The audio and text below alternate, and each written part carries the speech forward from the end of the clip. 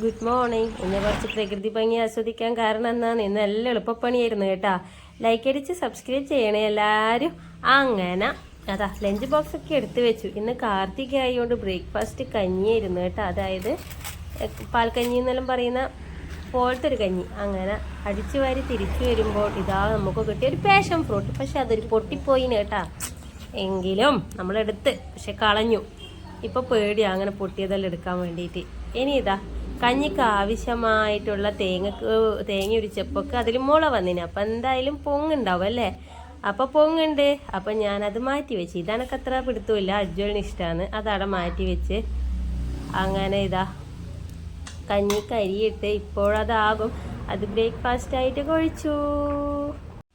ഈ പൂവിനെയാണ് ഞാൻ ഫസ്റ്റ് ടൈമിലേ ഒരു വീഡിയോ എടുത്തിട്ടില്ലേ, ആ പ്രകൃതി ഭംഗി കാണാൻ വേണ്ടി പോകുന്നത് പറഞ്ഞാൽ അതൊന്നുമില്ല, നല്ല മണമാണ്. അതുകൊണ്ടൊന്നും പോയി നോക്കിയതാ.